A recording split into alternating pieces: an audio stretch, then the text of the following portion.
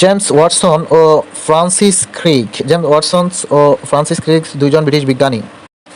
Watson ও ক্রিক দুই British বিজ্ঞানী মানুষের বংশগতির ধারক ডিএনএ অণুর আণবিক গঠন আবিষ্কারের জন্য বিখ্যাত। কেমব্রিজ বিশ্ববিদ্যালয়ে পিএইচডি ডিগ্রির জন্য গবেষণা করার সময় তারা 1953 সালে ডিএনএ অণুর আণবিক গঠন আবিষ্কার করেন। এই আবিষ্কারের জন্য তারা 1963 সালে নোবেল পুরস্কারে ভূষিত হন। ওয়াটসন এবং ক্রিক সর্বপ্রথম প্রকাশ করেন যে ডিএনএ অণু দ্বিসূত্রক এবং হেলিলেগ বা সরফিল।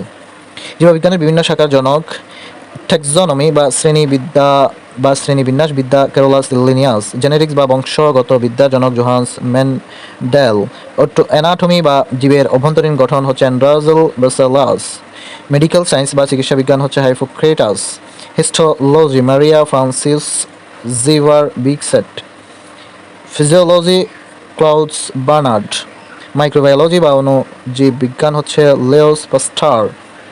বিবর্তন বা ইভালুয়েশন, প্রকৃতি ও জীবনের উদ্ভব। পৃথিবীতে জীবনের উৎপত্তি কীভাবে হয়েছে সে সম্পর্কে বিভিন্ন মতবাদ প্রচলিত আছে, তবে জীবনের উৎপত্তি হয়েছিল সমুদ্রে এই বিষয়ে কোনো সন্দেহ নেই। এই কারণ দুইটি বলে বিজ্ঞানীরা বিশ্বাস করেন। প্রথমত, অধিকাংশ জীবকোষ ও দেহস্থ রক্ত ও অন্যান্য তরলের নানান রকম লবণের উপস্থিতি, যার সঙ্গে সমুদ্রের পানির খনিজ লবণের সাদৃশ্য রয়েছে। দ্বিতীয়ত, সমুদ্রের পানিতে এখন সরল এবং এককোষী জীব বসবাস করে। ওপারিনের মতবাদ জীবনের উৎপত্তি সম্পর্কে নানা ধরনের মতবাদের মধ্যে রাশিয়ান বিজ্ঞানী আলেকজান্ডার ওপারিনের মতবাদও এখনও পর্যন্ত গ্রহণযোগ্য রয়েছে। তিনি দ্য অরিজিন অফ লাইফ বইয়ে জীবনের উৎপত্তি সম্পর্কে বিস্তারিত লেখেন। ওপারিনের মতবাদ অনুসারে অ্যামাইনো অ্যাসিডকে অন্তর্ভুক্ত করে আদি প্রকৃতির জলজ পরিবেশই প্রথম জীবনের উদ্ভব হয়। প্রথম কোষে প্লাটোপ্লাজম, অ্যামাইনো অ্যাসিড ও অনেকগুলো অণু একত্রিত হয়ে ডিএনএ অণুর সৃষ্টি হয়েছিল। নিউক্লিয়াসবিহীন এই কোষ থেকেই প্রথমে নিউক্লিয়াস সহ কোষ এবং পরবর্তীতে বহুকোষী জীবের উদ্ভব হয়। বিবর্তন বা প্রাকৃতিক নির্বাচন তত্ত্ব বা ইভালুয়েশন বা ন্যাচারাল সিলেকশন থিওরি। ইংরেজ জীববিজ্ঞানী চার্লস ডারউইন সর্বপ্রথম প্রাকৃতিক নির্বাচন তত্ত্ব বা বিবর্তনের ধারণা দেন। 1859 সালে তার গ্রন্থ দ্য অরিজিন অফ স্পিসিস-এর প্রাকৃতিক নির্বাচন তত্ত্ব উপস্থাপন করেন, যা বৈজ্ঞানিক মহলে ব্যাপক গ্রহণযোগ্যতা পায়। বিবর্তনের একটি জীববৈজ্ঞানিক ধারণা, যা প্রজন্ম থেকে প্রজন্মে জীবের গাঠনিক ও চারিত্রিক বৈশিষ্ট্যের ক্রমপরিবর্তনকে বোঝায়। কোনো জীবের বংশধরদের মাঝে যেই জিন রাশি ছড়িয়ে পড়ে, তাহা বংশপ্রবাহের বিভিন্ন বৈশিষ্ট্যের সৃষ্টি করে।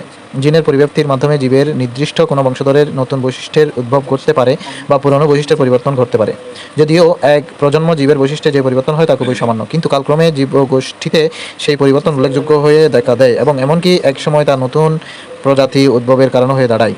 নৃবিজ্ঞান আক্ষরিক অর্থে নৃবিজ্ঞান হলো মানুষ বিষয়ক বিজ্ঞান, কিন্তু মানুষ বিষয়ক অন্যান্য বিজ্ঞানের চেয়ে এর পরিধি ব্যাপক। লক্ষ কোটি বছরে মানুষের বিবর্তন ও সংস্কৃতি বিকাশের গবেষণায় এর আওতা পড়ে। নৃবিজ্ঞানের শাখা প্রশাখা দুইটি, এগুলো দৈহিক নৃবিজ্ঞান এবং সাংস্কৃতিক নৃবিজ্ঞান। দৈহিক নৃবিজ্ঞানের প্রধান শাখা হলো দৈহিক নৃবিজ্ঞান, মনুষ্য জীবস্ব বিজ্ঞান। এই শাখায় মানুষের আবির্ভাব, পরবর্তীকালে তাদের শারীরিক বিবর্তন নিয়ে আলোচনা করা হয়।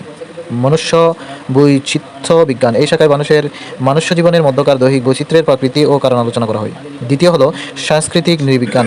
নৃবিজ্ঞানের দ্বিতীয় প্রধান শাখা হলো সাংস্কৃতিক নৃবিজ্ঞান আর তিনটি শাখা রয়েছে, যেমন প্রান্তবিজ্ঞান, নৃতাত্ত্বিক ভাষা বিজ্ঞান, অর্থাৎ মানুষের সংস্কৃতির বিভিন্ন দিক নিয়ে আলোচনা করা হয়। লাস্ট অন জাতি বিজ্ঞান।